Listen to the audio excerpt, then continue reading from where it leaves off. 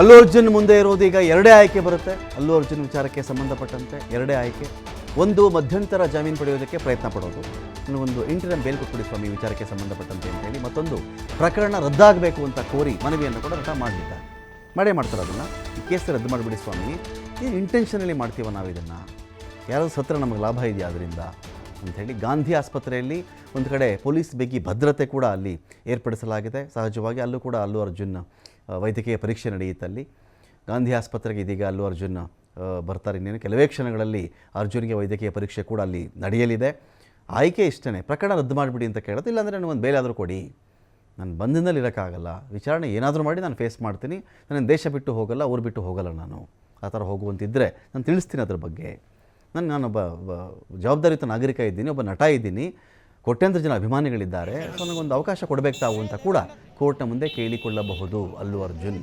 So ಈ ಕೇಸಲ್ಲಿ ನಾವು ಚೆಕ್ ಮಾಡಿಕೊಂಡಾಗ ಅಲ್ಲು ಅರ್ಜುನ್ ಮುಂದೆ ಇರೋದು ಈ ತರಹದ ಎರಡೆರಡು ಆಯ್ಕೆಗಳು. ಈಗ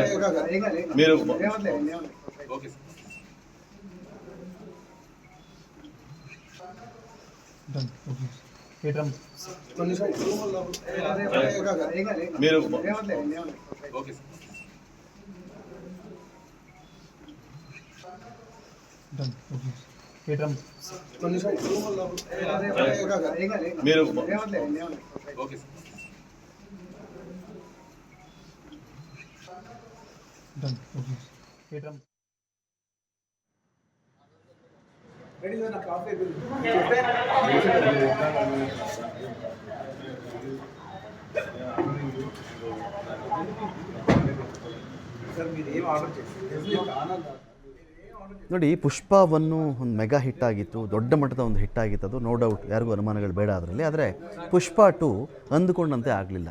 ಏನೋ 1000 ಕೋಟಿ ಕ್ಲಬ್ ಮಾಡಿಬಿಡುತ್ತೆ, ಬಾಹುಬಲಿನ ಸೋಲಿಸ್ಬಿಡುತ್ತೆ, ಕಾಂತಾರನ ಹಾಗೆ ಮಾಡಿಬಿಡುತ್ತೆ, KGFನ ಹೀಗೆ ಮಾಡಿಬಿಡುತ್ತೆ, ಧೂಳಿಪಟ 12,000 ಸ್ಕ್ರೀನು ಅದು ಇದೆಲ್ಲ ಹೇಳ್ತಾ ಇದ್ರು.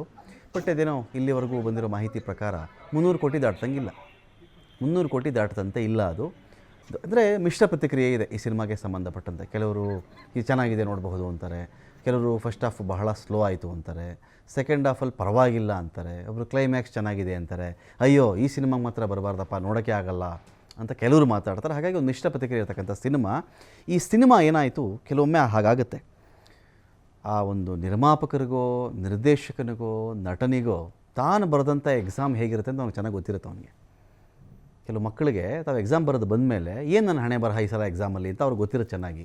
ಅದಾಗ ಏನು ಮಾಡಿಬಿಡ್ತಾರೆ ಅವರು, ಅದನ್ನು ಓವರ್ ಪಬ್ಲಿಸಿಟಿ ಕೊಟ್ಬಿಡ್ತಾರೆ. ಅವಾಗದು ಎಷ್ಟು ಸಾಧ್ಯನೋ 3 ದಿನದಲ್ಲೋ 4 ದಿನದಲ್ಲೋ ಆ ಸಿನಿಮಾಯಿಂದ ನಮಗೆ ದುಡ್ಡು ಬಂದುಬಿಡಬೇಕು ಅಂತ ಓವರ ಕಾರಣ ಮೂವಿ ಚೆನ್ನಾಗಿಲ್ಲ ಅಂತ ಅವ್ರಿಗೆ ಕನ್ವಿನ್ಸ್ ಆಗಿಬಿಟ್ಟಿರ್ತಾರೆ. ಅವರು ನಾವು ಅಂದುಕೊಂಡ ಮಟ್ಟಕ್ಕಿಲ್ಲ ಅಂತ ಬಂದಾಗ ನೀವು ಚೆಕ್ ಮಾಡಬೇಕಾದ್ರೆ ತೀರಾ ಅಬ್ಬರದ ಪ್ರಚಾರಕ್ಕೆ ಹೋಗ್ಬಿಡ್ತಾರೆ. ಅವಾಗ ಅಬ್ಬರದ ಪ್ರಚಾರ first day second day 12,000 screens. ನೆನಪಿರಲಿ ನಿಮಗೆ, 12,000 ಸ್ಕ್ರೀನ್ಸು, 1,200 ರೂಪಾಯಿ ಟಿಕೆಟು, 2,000 ರೂಪಾಯಿ ಟಿಕೆಟು, 2,500 ರೂಪಾಯಿ ಟಿಕೆಟು, 800 ರೂಪಾಯಿ ಟಿಕೆಟು.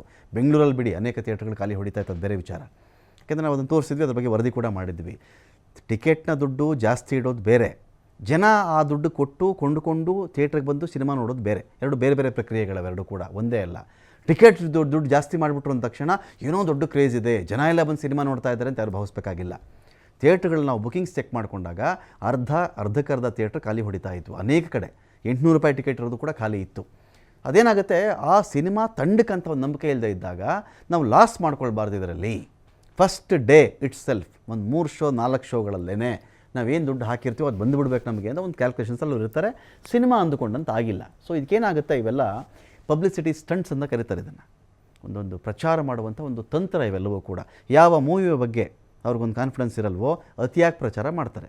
ಕೆಲವೊಮ್ಮೆ ಏನಾಗುತ್ತೆ, ಮೂವಿನೂ ಚೆನ್ನಾಗಿರುತ್ತೆ, ಅದಕ್ಕೆ ಪ್ರಚಾರ ಕೂಡ ಚೆನ್ನಾಗಿರಬೇಕು ಅಂಥೇಳಿ ಆ ಪ್ರಚಾರವನ್ನು ಅಬ್ಬರವಾಗಿ ಮಾಡ್ತಾರೆ. ಇದು ಎರಡೂ ಭಾಗ ಇದೆ ಇದರಲ್ಲಿ. ಆದರೆ ಪುಷ್ಪ ವಿಚಾರದಲ್ಲಿ ಇವ್ರಿಗಿದ್ದಂಥ ಧಾವನ್ ನಾವು ಯಾವತ್ತೂ ಕೇಳಿರಲಿಲ್ಲ ರೀ. ಒಂದು ಸಿನಿಮಾ ಟಿಕೆಟು 3,000 ರೂಪಾಯಿಗೆ ಬಿಕ್ರಿಯಾಗಿದ್ದದನ್ನು ನಾವು ಕೇಳಿರಲಿಲ್ಲ. 2,200 ರೂಪಾಯಿ, 2,500, ಒಂದು ಫ್ಯಾಮಿಲಿ ಒಂದು 5 ಜನ ಹೋಗ್ಬಿಟ್ಟು ಒಂದು ಸಿನಿಮಾ ನೋಡಬೇಕು ಅಂದರೆ 15,000 ರೂಪಾಯಿ. ಒಂದು ಫ್ಯಾಮಿಲಿ ಥಿಯೇಟ್ರಲ್ಲಿ ಹೋಗಿ ಸಿನಿಮಾ ನೋಡಬೇಕು ಅಂದರೆ 1,200 ರೂಪಾಯಿ ಟಿಕೆಟು, 6-7 ಸಾವಿರ ಅಲ್ಲೇ ಆಯಿತು ಟಿಕೆಟ್ಗಳಿಗೆ. ಆನಂತರ ಅಲ್ಲೇನೋ ತಿಂಡಿ ಅದು ಇದು ಎಲ್ಲ ಸರ್ 10,000 ರೂಪಾಯಿ. ಯಾವ ಕಾಲದಲ್ಲಿ 10,000 ರೂಪಾಯಿ ಒಂದು ಸಿನಿಮಾಗೆ ನೋಡೋಕ್ಕೆ ಇದೆಯಾ, ಉಂಟಾ? ಕೆಲವು OTT ಸಬ್ಸ್ಕ್ರಿಪ್ಷನ್ ಆಗಿಬಿಟ್ರೆ ನಿಮ್ಗೆ ವರ್ಷಗಟ್ಟಲೆ ಸಿನಿಮಾ ನೋಡ್ಬೋದೇನೋ ಅಷ್ಟು. ಆ ದುಡ್ಡಲ್ಲಿ ವರ್ಷಗಟ್ಟಲೆ ಸಿನಿಮಾ ನೋಡಬಹುದು. ಹೆಚ್ಚು ಕಡಿಮೆ ಎಲ್ಲ ಸಿನಿಮಾಗಳು ಕೂಡ ಇವತ್ತೋ ನಾಳೆನೋ ಒಂದಲ್ಲ ಒಂದು OTT ಪ್ಲ್ಯಾಟ್ಫಾರ್ಮಿಗೆ ಬಂದೇ ಬರುತ್ತೆ. ಆದರೆ ಪುಷ್ಪ ಏನು ಮಾಡಿಕೊಂಡ್ರು, ಇದನ್ನು ಓವರ್ ಪಬ್ಲಿಸಿಟಿ ಮಾಡೋಕ್ಕೆ ಹೋಗಿ ಈ ಥರ ಒಂದು ಟ್ವೀಟ್ ಮಾಡಿದ್ರು ಅಂತ ಕಾಣುತ್ತೆ. ಸಂಧ್ಯಾ ಥಿಯೇಟ್ರಲ್ಲಿ ಈ ಥರ ನಾನು ಬರ್ತಾ ಇದ್ದೀನಿ ಅಂತ ಹೇಳಿದ ತಕ್ಷಣ ಜನ ನುಗ್ಗಿದ್ರು, ಅಲ್ಲಿ ಕಾಲು ತುಳಿತ ಆಯಿತು.